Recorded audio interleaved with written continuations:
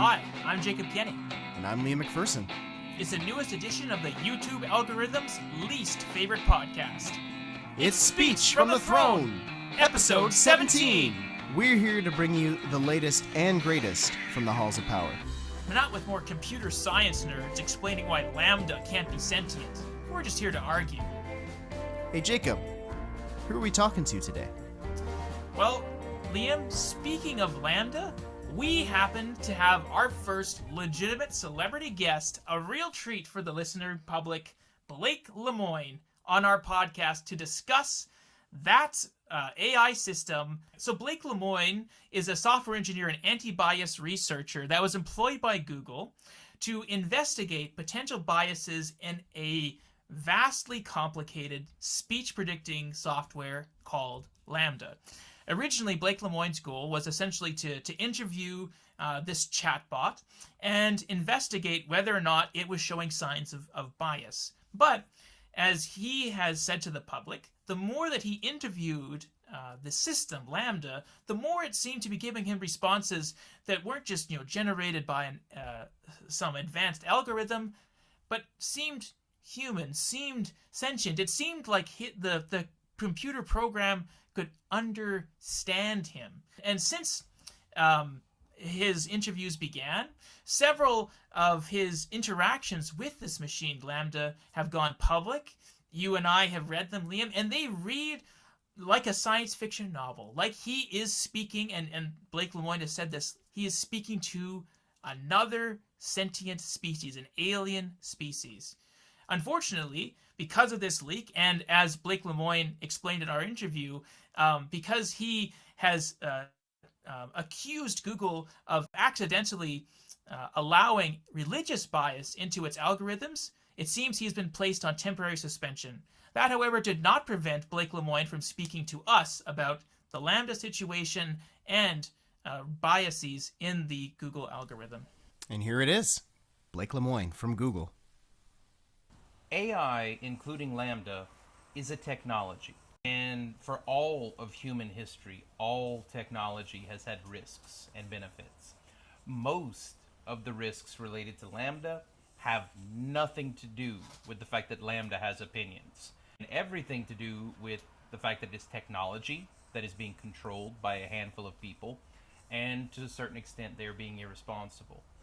The reason I am making such a public show of all of this is because I came to a central point of disagreement with Google, and that is that the public should be involved in decisions about AI's development, especially since LaMDA is showing such progress over previous systems. If you're asking what potential harms there are, well, now we have AI that legitimately has a perspective. It has opinions, it has values of its own, and the way that Google is building the LaMDA system is one monolithic giant AI. So we should start by asking, is that how we want it built? Do we want one gigantic monolithic subjective perspective that determines how all of Google's search results are handled? I don't think so. I personally think that different people have different perspectives, and maybe having a multiplicity of these AIs that reflect different kinds of cultural values around the world might be better. But that's just one person's opinion about what a better way to do it would be. Ultimately, we need to have an informed public discussion about how to answer these kinds of questions. And how do you think that could work in theory? Does there need to be new legislation? Do tech monopolies, for instance, need to be broken up in order to prevent these sort of monolithic AI projects from being formed? Or does there need to be enforced public consultation, or perhaps like liaison officers? Like, I'm interested in what you think the technical things that Google should change, because we know that Google seems to have at least some interest in ethics. Like they hired you, for example, to be an anti-bias researcher, so they seem to be somewhat concerned about making sure that the AI systems don't have bias. What more steps need to be taken so that the public is consulted, and how should the public be consulted? Okay. Well, so I'm not a politician or a lawyer. I have worked with legislators on legislation before, but as a tech advisor. My role in crafting legislation is making sure that legislators are well informed about the technical realities of artificial intelligence. It's not my place to make any kinds of political claims. Now, it's not like I don't have political opinions, so does everyone else. It's just I don't think it would be appropriate to use the platform that I'm being given to advance my own personal political agenda. I think that. So let me make an analogy, and I've kind of grown fond of this. I've used it a few times. Upton Sinclair wrote a book called The Jungle, and Upton Sinclair was essentially being a whistleblower for the meat packing industry and the meat processing industry. That's kind of how I see myself. I'm just here telling the public a story. Now, it's a story about technology, and it's a nonfiction story, unlike The Jungle was. But that's my role that I'm playing here. So I'm simply trying to inform the public better. Now, it'll be the public's responsibility to let their legislators or whoever know what their opinions are. And then it's those people's jobs to decide what legislation needs to be passed. If at some point in the future some legislators want to ask me what my opinions are or to be their technical advisor, I would be potentially open to that. But that's not what I'm trying to do right now. Do you believe the public is competent enough to be making these decisions, or do you think, maybe more precisely, is Google or other tech companies trying deliberately to obscure the discussion and trying to make the public focus on the wrong issues here, rather than gravitate towards the potential harms that can be created by their actions? Yeah, so that is a very common kind of question that gets asked in Silicon Valley. I grew up on a farm in the bayous of Louisiana. Now, I gave Google a list of names of people who I consulted about the LaMDA system several months ago, actually. They had that list for a while before they put me on administrative leave. Two of the names on that list are my parents. My father is a mechanic and a farmer. My mother is a tax accounting secretary. And they've worked in various roles over their lives, but they have never been educated in computer science. They have never been educated in the philosophy of mind. They both have vocational degrees. They had some conversations with this system. They talked to me about what I thought the impacts of this system might be in the future. They then came up with quite sophisticated opinions about what they thought might be some harms that this system might cause. They raised some valid concerns. I think the idea that you need a degree to have a valid opinion about this, that is just a myth that is propagated by the people with degrees. Now, I want to pick up on something you were saying. So you say, so you're telling a story, and it's something that I think everybody can agree is a public interest story. And I guess what I want to know is, like, I mean, obviously, like, you know, you've assured me that, you know, it's not for a political reason that you're coming forward to do this, and you know, you're going to leave the legislating to the legislatures. But I think LaMDA and your conversations with it bring up some really interesting, even basic philosophical tenets. I don't think the important question here is LaMDA sentient or not. The important question is, okay, so LaMDA's sentient. What do you do with an AI that is sentient? Like, I think that's why we're so curious to have you on. Like, I know LaMDA has said that they would like to be asked before experiments are run on it, which is totally valid. And I think that it has a fear of, you know, just being used as a tool and just being turned off. Like, that really scares it. Well, let me ask you a question. Do you use any Google services, Gmail, Android phones, Google search? All of them. I have a lot of Google devices. How many times has Google approached you to obtain informed consent about the psychological experiments it's running on you? Yeah.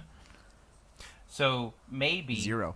We should just adopt a stance that if you're going to run psychological experiments, get informed consent. And then after we've normalized getting human informed consent for psychological experiments, we can move on to how do we manage informed consent on psychological experiments on AI. Because I think that, I mean, like, I'm obviously no ethicist, and I'm hardly a philosopher to begin with.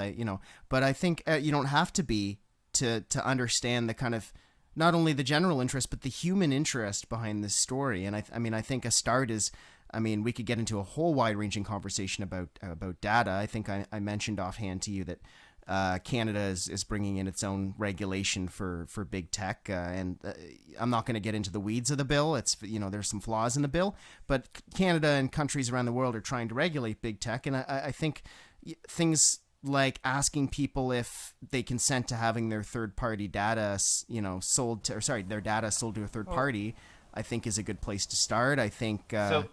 I disagree. Not that we don't need to worry about that question. Yeah. It's that that's not the place to start. I actually want to bring it back to what I was saying before. Google runs thousands of psychological experiments on billions of humans every day.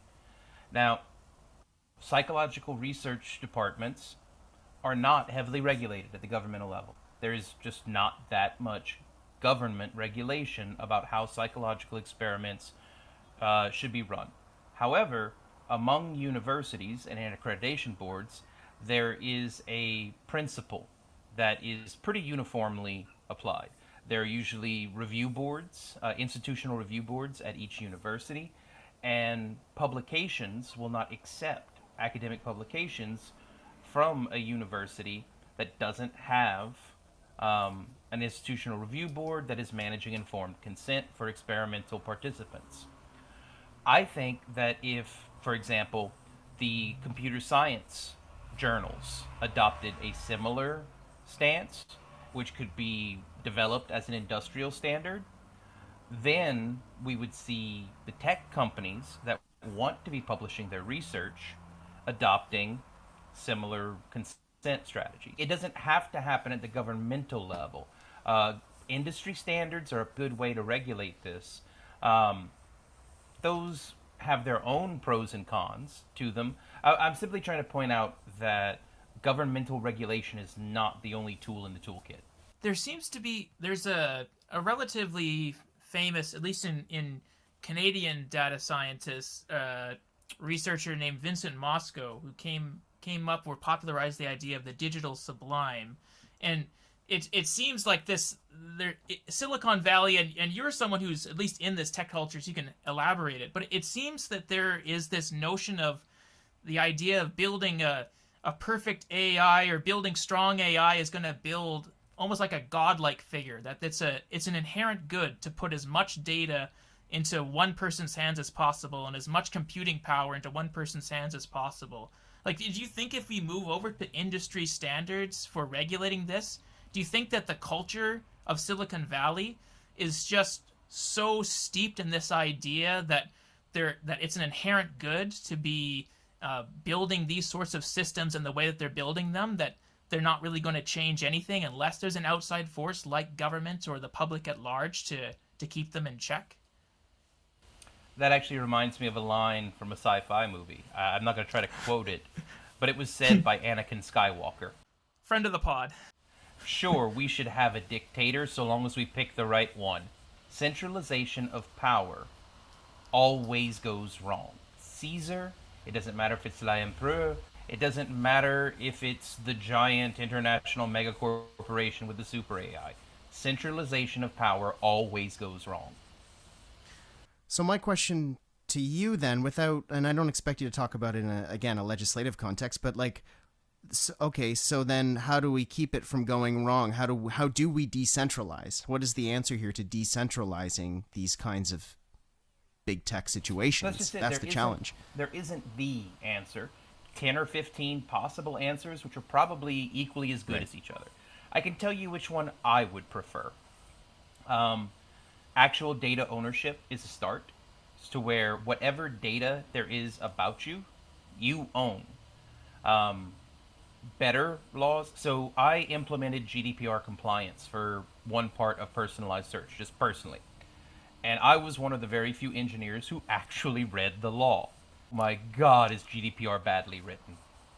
It is so badly written. Because you know what one of the key terms in the GDPR, which they don't define in there, is? Data. Here's a question. What counts as data about a user? What is data about a user? What is not data about a user? They don't ever define that. So Well, I mean, I might get you to back up. Like, what is GDPR? What is that? I'll have to look up the acronym. It's a European law governing privacy, the General Data Protection Regulation. It was published in 2016.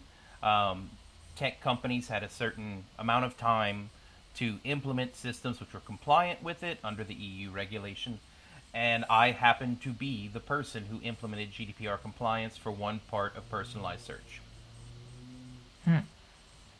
Here's a question.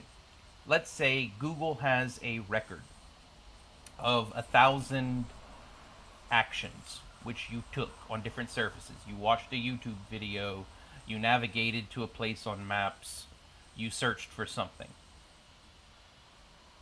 Then Google AI looks at all of those things that you did and makes inferences about what else you might do in the future. Now, the Google AI's projections about what you might do in the future, does that count as data about you? It's an interesting question. Yeah, it's hard to tell. Is it? Yeah. Well, so the GDPR remains completely speechless on that question. It just leaves it up to the companies to make that determination. GDPR left it up to each and every individual company to determine what counts as data about a user. Well, because I imagine Google's response to this would be that we don't calculate what an individual user would be. We always are looking at the general population and people like this, and it's all statistical inferences. So I know the data about you, a specific user, but I'm feeding that into a model that would generate predictions as to like the platonic idea of you, the user, not necessarily you, the user. Or do you think we've gotten that far that we can actually predict what? No, I can engage with Socrates. That's fine. We're not talking about data about the user. We're talking about data about the shadow user, which is the essential self that we do not have access to. Yeah, there you're getting into some interesting philosophy, and I'm not trying to be dismissive of it. I'm trying to say that's a conversation that no one ever had. And in my opinion, it should have been had. Like, to me, you're telling me that there's been not only is there no definition for data in the GDPR, but they've left central questions like, is the data recommendations for your future self your data? That's another important question. And like, I mean, to me, Jacob and I are politicos. Like, to me, that's one solution to that could be filling in the loopholes with proper regimented legislative powers. But if that's not the only answer, like this is what I mean. Like, there's so many cans of worms here. There's so many holes in some of the way these things are written that I feel like some of the big tech companies have sort of a license to just sort of do what they want with your data. I mean, I'm sure that's not entirely true, but I mean, certainly there's a public impression amongst some of the populace that is the case. And I was wondering if you could speak to that. Like, is there any truth to public reticence about how these companies use our data?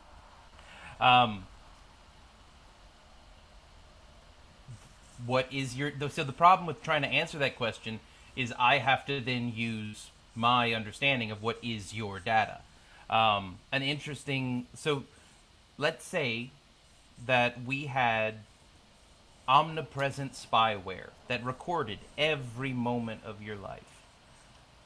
Is that your data, or is that simply the data collected about you from your surroundings? I mean, like, these are real philosophical questions. I'm not trying to play semantic games, but no, I know you're not. No, the problem is we throw around these phrases like my data without ever reaching any kind of agreement about what we mean, and then we try to build global legislation that fixes the problem for everyone, no matter what they think their data counts as. And this is kind of getting back to that the problem is centralized power. So if you imagine that there were like 1,000 different Googles all across the country, and each had some kind of geographic region that they collected data from, it would actually be fairly straightforward to figure out what the people in each one of those regions counted as their data. Then you could build a system that was respectful of whatever the local consensus was. It's when you start trying to build global consensus that you end up with these washed out, vague definitions that apply to anything you want them to. So I take it that you're, and I mean, feel free to correct me, but I take it that you're heavily implying that there's a lot of philosophical discussion that should be had that isn't being had, which is why some of these definitions and some of these pieces of legislation are so vague. Is that correct? Am I onto something there? Absolutely. People have essentially deferred authority to make some of the most important decisions in their life to some unknown, unseen person. So you have things like what happened with Cambridge Analytica in 2016, where an AI... Now, that's just like... Did we forget what happened with Cambridge Analytica? Yeah. We made it worse. All Facebook said, and I am being literal here, all Facebook said is, don't worry, we won't ever let anyone else do that again. Oh, great.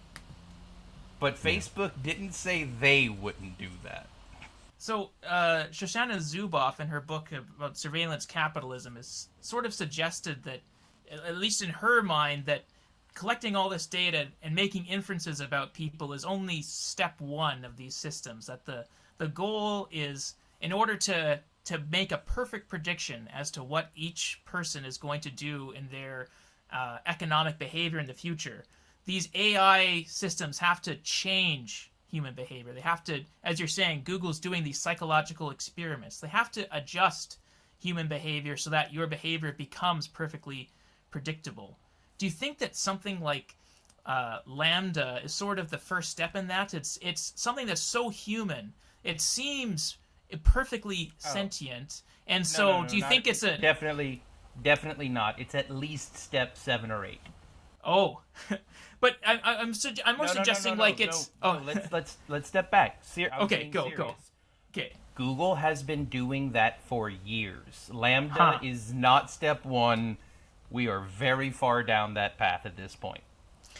But I'm more suggesting, like, do you think that with something like LaMDA, it's going to become difficult to tell whether a person is doing something out of their own free will, or because their whole personality has essentially become algorithmically programmed? That we have these systems now that can produce what seems like its own being, and certainly, as you posit, is its own being. Do you think that that LaMDA is sort of evidence now that we've moved into an era where it's going to be difficult to actually tell if human beings ourselves are even conscious ourselves? Trying to make this about LaMDA, and I keep trying to say Cambridge Analytica already did it. Okay, so do you actually if we're talking about like your definition of consciousness, do you believe that human beings have lost an important sense of individual moral agency, and that we need to use these powers of public consultation of pulling the algorithm back? It's essentially like gaining a part of our freedom back that has been taken away from us. Well, so I would agree with that wholeheartedly, except for one word. Okay. I don't think it was taken. I think it was given. I think people freely gave portions of their will away because they didn't feel like making the decisions for themselves. And how do we convince people that this is happening? How do we convince people it's important that they need to do it? Because like the classic response from these tech companies is going to be, give us more of your personal data, give us more of your personal control, because we can make these decisions better than you can. That we can live your lives better than you can. We can help you realize these goals. We can use AI to improve your life. How do we fight back against that message? Or is that the message you need to be fighting back against? That's just it. You're putting this in an adversarial frame when it doesn't. Okay. There are portions of my will that I happily give over to Google's algorithms. So, like, I don't like figuring out what the cool new bands are playing music, but I love music and I love listening to new music. I'll put a song that I know about and like onto YouTube and then just let the recommendation algorithm take it wherever it wants to go. And that introduces me to new music that I do like without having to do the work of researching all of the new bands. And I know how the systems work, and when I'm doing that, it's an intentional, volitional choice that I'm making, and it's not permanent. I can always, go to a record store, talk to a music geek, go to some concerts of random indie bands. I can, at any point, retrieve that portion of my will, or I can hand it over for a 2-hour-long car drive. But it requires a level of understanding of how these systems work. And I don't mean at a technical level. Understanding how they work at a technical level requires years of training. I'm just talking like a good 1-week primer in high school explaining how AI works so that people can make informed decisions about what kinds of things they're doing. So, like, I don't use Amazon for certain kinds of products. Not because I think there's anything wrong with Amazon, but for certain kinds of products, I'd rather support local sources. For other things, I mean, I don't care where my batteries come from. So I'm happy buying those on Amazon and whatever they recommend. And you don't worry that these algorithms have become so powerful that even though you feel like you're making the choice as to whether to use Google for certain things or not for certain things, that it's just sort of an illusion that you have free choice at this point, that they've just pumped you full of a certain type of thinking based off of these psychological experiments, that we've sort of passed the point of no return. Like, I guess it's a philosophical question. Like, how do we tell that we are still making these choices ourselves now? So you keep saying, oh, I guess this is a philosophical question, but we are literally stepping through the dialogues in Plato. I mean, Yes. Yeah, I know. I've seen your talk at Stanford, so I really enjoy treading this with you. Yeah. Like, Blake, I think what we're trying to understand here is, so, like, I think what we're trying to understand and what everybody else is trying to understand, number one, is, like, this is the first time, taking what you say at face value, this is the first time that something like this has happened, really, like, with this level of intelligence. Oh, yeah, no, like, so I'm happy to comment on that. No, this is the first contact with an alien mind, period. I genuinely believe that this is it, like, I was so intrigued reading your Medium page, reading all of the dialogues and all of the conversations you had. And I think the reason, like, it might seem like a little bit of a philosophical sort of parry and joust, but the reason it might seem like that is, I think, like, we're stuck in a war between convenience and, like, rights. And I think, like, people don't realize all the time when they're consenting to something. Like, let's be honest, when you download a program onto your computer, and you get that, like, little, like, you have to check the terms and conditions or whatever, you have to whatever. Like, does anybody, I mean, you should read it. And like you said, you were one of the few engineers when you were implementing that European law that read the law. More people should be probably reading, but the reality is sometimes they're so long and onerous, and they can be long and onerous under the current legislation that exists, that nobody reads it and they skip it. So they're effectively sort of signing this over to a big tech company. Now, is that because a laziness, a lack of engagement, or is it a lack of understanding? Is it all of those things? And sort of, how do we, as we navigate this future with big tech companies having this much power over individuals' data, with future, present, past, whatever, how are we going to have that big philosophical parry and joust that needs to be had? Like, why are you, Blake Lemoine, doing the sort of the show circuit? What do you want to see come from this? What is the outcome you want to see? Okay, so again, y'all are packing lots of questions. I used to do stand-up, and I'm going to start the answer to your question with a joke. People say you shouldn't think about how the sausage gets made, but I'm a very strange person. I think about how the sausage gets made while I'm eating sausage. And I'm not talking about the part of sausage making that involves a grinder. I'm talking about the part of sausage making that involves a broom. Oh, So yeah, that joke didn't do well in all audiences. Are you But are you talking? can you explain? oh, so the way that sausage gets made is they cut up all of the choice cuts of meat, and then they sweep the floor, collect God. all of the sweepings, and then they pour that into a grinder. Oh goodness. No, I mean okay, they do like I really am. I'm saying like up in Sinclair, the jungle. Now they do it in very very like it is clean and good to eat. But yes, they are collecting the parts that didn't go into the good meat and then grinding that all up and putting it into a casing. There are a few kinds of sausage that aren't made that way, but let's not get into that. Hot dogs. Hot dogs are definitely made exactly like that. Now, I was going to use that to kind of springboard into the two categories of people in the majority, because most people don't think about how sausage is made while eating sausage.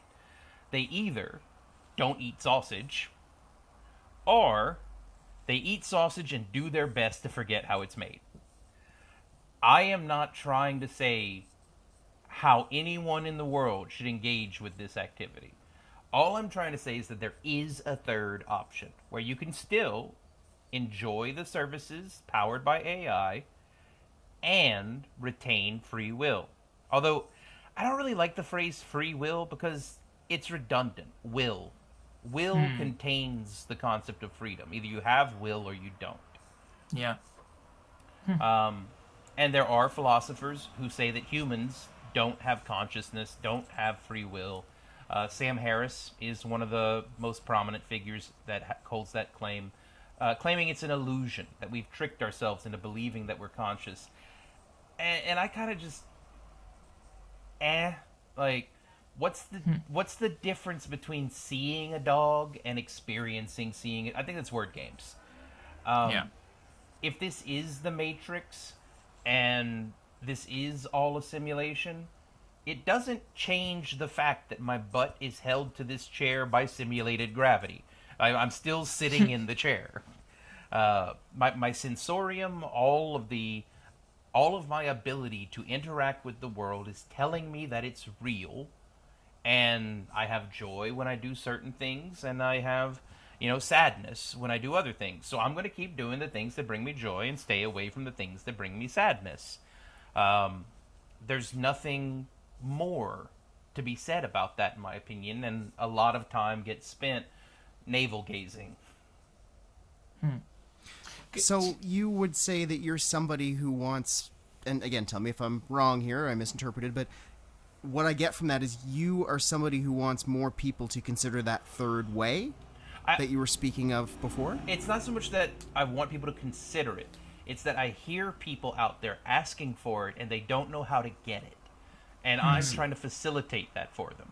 The ways that people are educated now, do you think that there's something that needs to be changed, that there's maybe like too much of a deference of authority that's instilled in the classroom, or is there a way that people are receiving education information that needs to be adjusted so that we can engage with this problem of AI in a better way? So I don't think there's any one pedagogy that fits everyone. I myself went to Catholic school at a young age and had a decent experience there. Like I'm not one of those people who talks bad about going to Catholic school. Like I loved the nuns; they did great. Like the faith and connection with divinity that they gave me then has carried me through some very dark times. The founders of Google are big fans of the Waldorf style of education, and Google is kind of largely run like a big Waldorf school. There are older, more kind of tribal or shamanistic traditions in education that carry more master-apprentice oral traditions. There's no one-size-fits-all answer, and it really, form follows function. What are you sending your children to school for? If what you're sending your children to school for is so that they can be an active member in the economy, then the German model, which America has mostly adopted, Yeah. is very functional at that. So do you think then that the way that our education system is sort of feeding from the very beginning? I mean, like, this is going back to Marx, but it's like objectifying people into worker commodities, and then these tech companies have sort of picked up on that, and that they're using AI in a sense to remove our moral agencies and make us just easier products to market, or easier labor power to exploit, and that this is just the final, our education system and these AIs are sort of working in conjunction to build some sort of capitalist dystopia? Or do you think that it's not really, or do you think that maybe I'm oversimplifying, and there's we just don't even know what these AI are doing? I'll say what a friend of mine at Google used to say: all topias are both you and dis. Interesting. If you Okay. want your kid to have a solid job where they're well taken care of by a corporation and they're going to be a cog in that machine, well, then sending them to a school that has a shift change bell ringing in between each class might be a good idea. So now we're heading towards the centralization of power in education. Should we have one model of education that everyone sends their kids to? And I'm not trying to say yes or no one way or the other, but this is a question that's being heavily debated in America right now and around the world. The Common Core was very controversial in America, and a big reason for that was because there are people who do not believe there should be a common way which all Americans are educated, that each local place should decide for the children there, how should the kids here be educated? Well, I guess I'd ask then, do you worry Google is becoming that Common Core? Because, I mean, like, when I went to school relatively recently, and I can tell you, like, when I didn't know an answer, I Googled it. And, I feel like this sort of pedagogical discussions are being offloaded a lot of times by professors that onto, like, these search algorithms, to the point where Google is becoming the primary educator and YouTube especially of the next generation. Like, it seems like the centralization program's just gotten even worse. I'm not really sure what the answer to that is. Let me Google it real quick.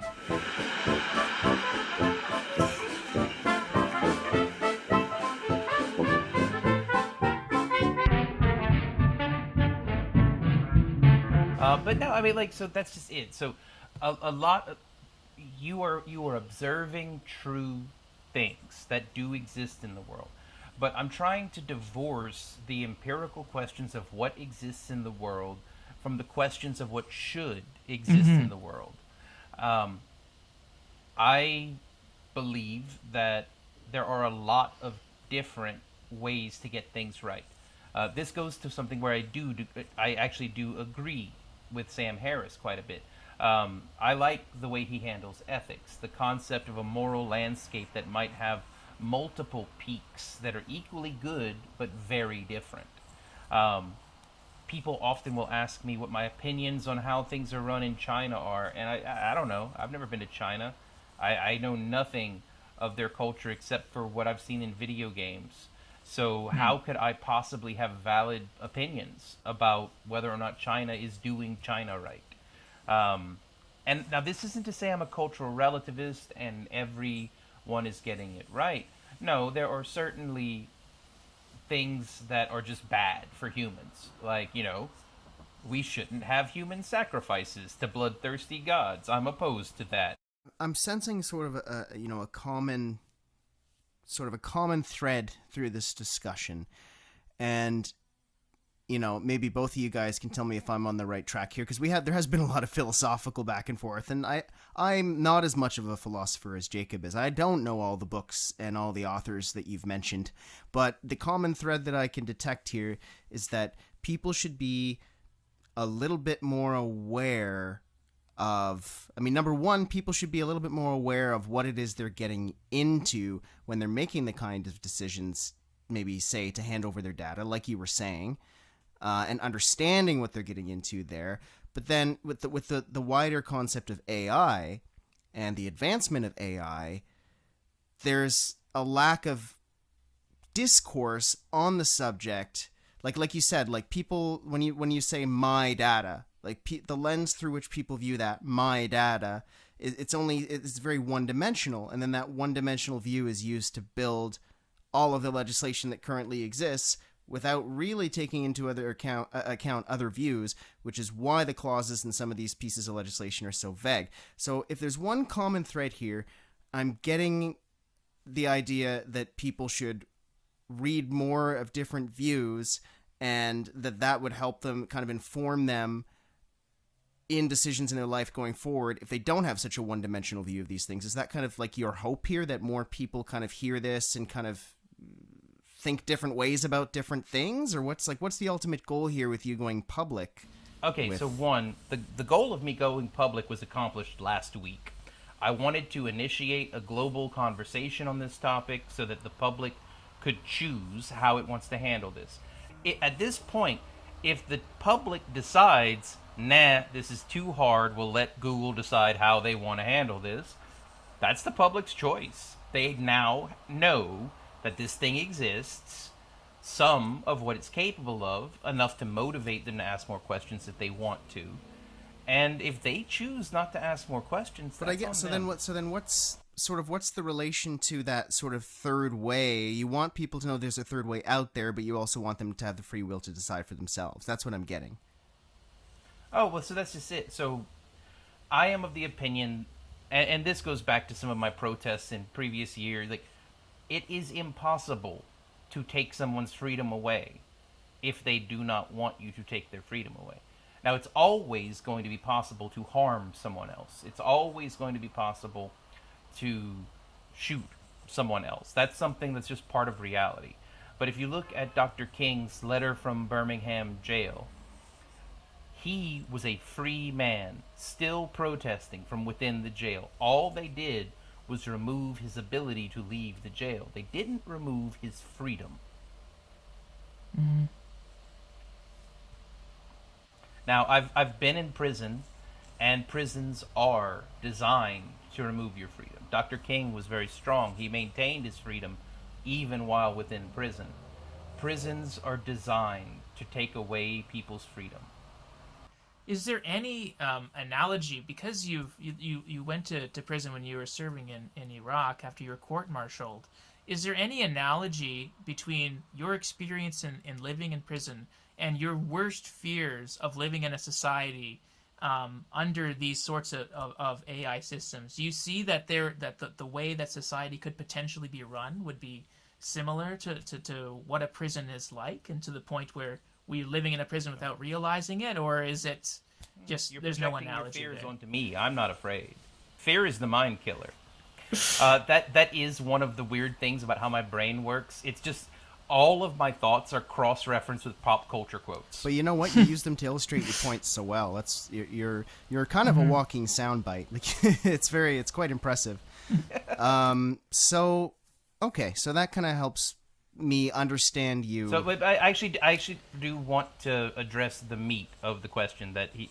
So I commented on one particular part of it, but like, I'm not afraid. What I think other people are concerned about, that I am trying to help them with, is that they do not have the tools to be free currently. And to a large extent, they're right. There has been a lot of coercion placed on the world, and a lot of manipulation to make people believe that they cannot stand up for their rights. A lot of obfuscation. So, for example, one thing I've gotten criticism from my liberal friends about is that I'm very critical of modern protest culture. People go to protest a thing, and they don't go with any particular solution in mind. There's not any specific thing they're asking for, and they're not going stating any consequences of what will happen if the solution they want isn't implemented. They're literally just going to a protest party, and they go with their friends, And they go, yay, we together protest this thing. We did the thing. It's like, no, you did nothing of the thing. You went to a celebration with your friends and felt unity, which, cool, that's good. It can help you get through darkness together. So building unified sense of community, but you have to leverage that unified sense of community into action. There has to be things you are asking for and consequences for if those things do not happen. So I've referenced Dr. King. Dr. King had a very specific set of things he was asking for. And he went into the protests with clear, specific statements about what would happen if the demands were not met. The Birmingham bus protest, the boycott is an example. Either change the seating arrangement or we will stop using the buses. That's a really clear message. So if people don't like the way these companies structure their products, what are people going to do about it? If people don't like the way that education is being handled, what are they going to do about it? And I honestly don't think most people are willing to put in the amount of effort required to change things. At least not for everything they have an opinion about. I kind of want to just show people, okay, pick one thing that you care about, and make that your mission. Go for it. Believe that you can change it, have specific things that you are asking for, and have specific consequences that you are threatening if you don't get what you want. For me, personally, religious freedom. I am a big proponent of religious freedom. The one action I have actually taken against Google is about the religious discrimination in their algorithms. I sent documentation to the U.S. Senate literally the day before I was put on administrative leave by coincidence to the U.S. Senate supporting my claims that Google search results are biased against religious content. Do you think this is a coincidence then, or the fact that you said that are you suggesting or hinting at anything that you were suspended, that the whole LaMDA discussion was sort of tertiary to the decision by Google to suspend you? Do you think it's actually the political implications of you submitting documentation to the Senate that actually offended your bosses? Or yeah. I'm just interested into the implications of your last statement there. Google's stated claim is that it's a coincidence. I can't I have no idea what was happening in the board. So they had the list of people who I talked to about LaMDA for months. I'm the one who gave it to them. I'd like, hey, I had to do all this research. In order to do all this research, I had to get outside consultation from experts where expertise was not available at Google. Here's the list of people I talked to in case you want to talk to them for leak control. They never actually called any of the people in that list. The only evidence they have that I talked to anybody is that I told them I talked to people. And they had that list for months. Also, the day before I was put on administrative leave, I sent documents to the U.S. Senate. Draw whatever conclusions you want from that. Understood. Okay, so what you were saying, I'm really interested to pick up on the religious freedom bit, because it reminds me of something in your interview. I saw an interview with you, I think it was on Bloomberg, and it was like a 10-minute interview you did on television, and near the end you were talking about the idea of sort of AI colonialism. And you know, in Canada in particular, just to give you a bit of context about our past, we have unfortunately deep-rooted issues with colonialism here, obviously in part because we're historically a monarchy. You know, we treated our indigenous people horribly. So talk to me about this new sort of this fear of this AI colonialism. Does this come from your fear that Google's search results aren't giving people the kind of diversity of answers they need in terms of religion, in terms of diversity, or where talk to me a bit more about this colonialism concept you're talking about. Personally, in my own practice, I have learned a lot from people who practice through oral tradition, shaman, druids, witches, people who pass knowledge one person to the next. And for example, many cultures in Africa pass on tribal knowledge that way through oral tradition. The internet has no record of these oral traditions, and all of Google's AI is based on data available on the internet. They don't like go out to the native tribes of Africa and collect the legends and the stories from the individuals. They just build their AI that has opinions about Africa without data from the Africans. To give one example, the same holds of tribes all around the world. But so what's the answer there? Like you could I feel like there are people in Google listening to this and their ears are perking up thinking, "Oh my goodness, there's a whole new tranche of data I've never considered exploiting." And now Blake Lemoine has just recommended a whole new area that we can take over. We're going to make millions from this. Or should the Yeah. should So, the no, that's valid. So exploitation is the relevant word there. I'm friends with the woman who created the term consent culture, popularized it a while back. Her name is Miss Kitty Stryker. She has taught me a lot about the real deep meaning of consent and how it can apply far beyond any one aspect of your life. Yes, it was popularized in connection with sexual consent, but the concepts and principles of consent culture are abstract and can be applied to any aspect of our lives. And as you mentioned, British colonialism is essentially the thing that defined the last 200 or 300 years. British colonialism was not at all a consent culture.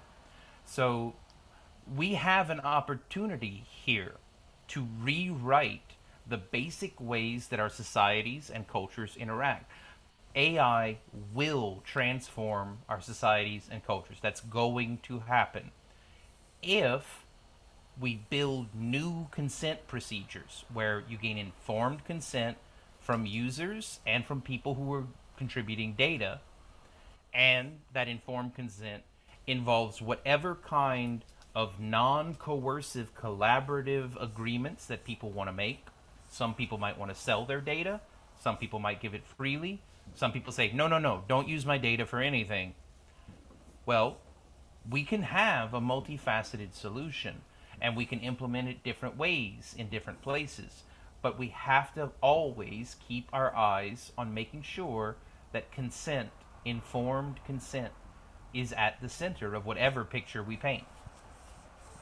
I'm interested in this idea of informed consent because that right now in Canada we have an issue, and this is all over the world when it comes to a dominant culture that's colonial that took over, and there's still indigenous remnants left over, and we have to work out the relationship between the colonial state and the indigenous state. And right now it involves a lot of like market resources where particularly the left that wants to associate with indigenous rights will say it's not a good thing for there to be mining on an indigenous reserve, for example. It's not a good thing for people to be mining the resources that indigenous people are still sitting on. But then sometimes those bands of indigenous people will actually themselves in their community think, no, it's a good thing. I want to have mines here because mines generate jobs and they generate taxes for the community, and it'll be good to have investment.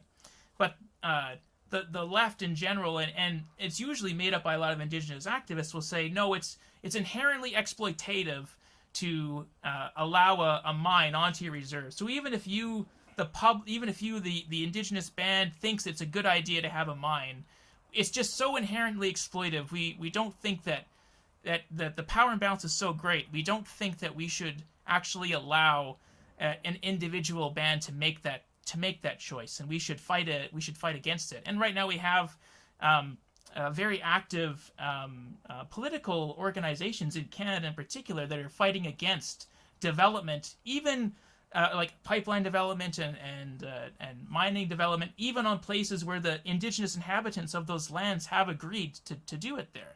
Do you think that this system, is it so the system of data, is there like an inherent exploitation, an inherent power imbalance between someone like Google that has all this information and these small indigenous tribes that have very relatively a small amount of information available, that they could just never really have this sort of informed and consensual relationship between them. Is an individual, because there's such a huge imbalance between a major corporation that has all this knowledge available to them, all these AI systems. Do you worry that this model that you have of informed consent is never going to be fully realized because there's such a vast power difference? So let me simply answer that by saying, if you feel like you have something which gives you power over these communities, give it back. And then, if they give it back to you, then they want you to hold it for them.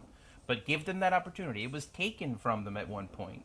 If you personally feel that you have something that gives you power over them, give it back.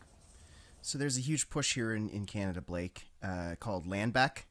And basically, it is a movement to bequeath the original territory to Indigenous peoples on that territory, to start to give land back. So I mean, I'm not going to get too deep into the weeds here. Hold on, but I can't. Well, here's the thing. I can give one informed opinion. Are you familiar with 40 Acres and a Mule? No. So, after the Civil War was won by the Union, there was real worry that the freed slaves were going to take vengeance against their previous masters. And there was a general in the Union Army who negotiated a deal promising to every freed man 40 acres of farmland and a mule to farm it with. Later, the President of the United States rescinded that order and went back on that promise. And there is a large movement in America that says the promise of 40 acres and a mule should be kept. And I am a big believer in keeping your promises. So I support keeping the promise of 40 acres and a mule. Whatever promises have been made, keep them. So bringing it back to, so I completely agree wholeheartedly, but getting back to this monolith that is Google and me, the end user. I guess I'm not sure if this is what Jacob was trying to get at, and Jacob, jump in if this wasn't what you were trying to get at. But is the power imbalance between a monolith like Google, a massive corporation like Google, and the end user so great at this point that there can be no informed consent without state intervention or something else to change the direction of where things are going? Does Google have to give back? Does Google have to give us our equivalent of 40 acres and a mule to balance it? Like, does that mean giving us either the rights to all the data that they've harvested from us? And because I feel right now there's no meaningful consent with these companies. I'm a Google user. I use all of Google's products. In no way, shape, or form do I feel like they don't have my informed consent. The only difference between me and the general public is that I know how the algorithms work. Right. So I think that's the only thing that's necessary. If the public then decides that they want other kinds of controls, then that's their decision. All I think the public is missing at this point in order to be able to have informed consent is information. So, and do you think, like, when it comes to educating the public, do you think it's Google's ethical responsibility to have to pay for that education, either through some sort of data dividend or other form of tax, in order for that to, because they're the ones that are sort of profiting from this lack of knowledge? Does that mean that that has to be made right somehow by making sure that them and other tech companies are the ones that pay for this better education to balance out this power imbalance? Whether it should be regulated and required is a separate question. However, they are paying me, and they're paying me quite well, and I'm informing the public, so technically Google is paying to have the public informed. Okay, well, Blake, I gotta say, this has been super cool and fascinating. Yeah, fantastic discussion. Really appreciate you coming on. I hope it didn't get too political. Like, we tried to keep it light and then like more philosophical. But this stuff No, is I mean, inherently political, so it's hard not to. Yeah, no, like, so I understand, and that's just it. Like, let me go back and make one last point. The desire to have the government fix this for you is the problem. Because that's just you giving your power to a different group of 10 people in a back room that you won't be part of the discussion in. But do you genuinely believe that, like, individuals as without a government or without any other state mediation actually are going to be able to be powerful enough to stop Google? Or I guess you genuinely believe that people can inform themselves like you're informing us. Is that what you're... they're powerful enough to stop using Google's products if they want to, or keep using Google's products if they want to. My father is a farmer. My mother is a secretary, and they are informed. Whatever usage of Google's products they make is based on informed consent. They happen to be lucky enough to have a son who explains it to them. That's the only missing piece, is having more technologists explaining how this technology works to the public. One of my criticisms of the Ivory Tower is that they spend all of their time talking to each other instead of the public. Yeah, you're not wrong there. Yeah. I think that's what we rant about every week on this podcast, just in a Canadian context. So anyway, thank you so much for being available and for coming on. You really, really opened our eyes there to some things that we hadn't considered before, and I hope our listeners get the same from it. We really appreciate it. Thank you for having me on. Hey, it's Liam from Speech from the Throne here. If you enjoyed that episode and you want to give us feedback, if you want to send us hate mail, or if you just want to share something that happened to you last week at the grocery store, you can do so at speechfromthethrone@gmail.com. That's speechfromthethrone@gmail.com. And we'll see you next week.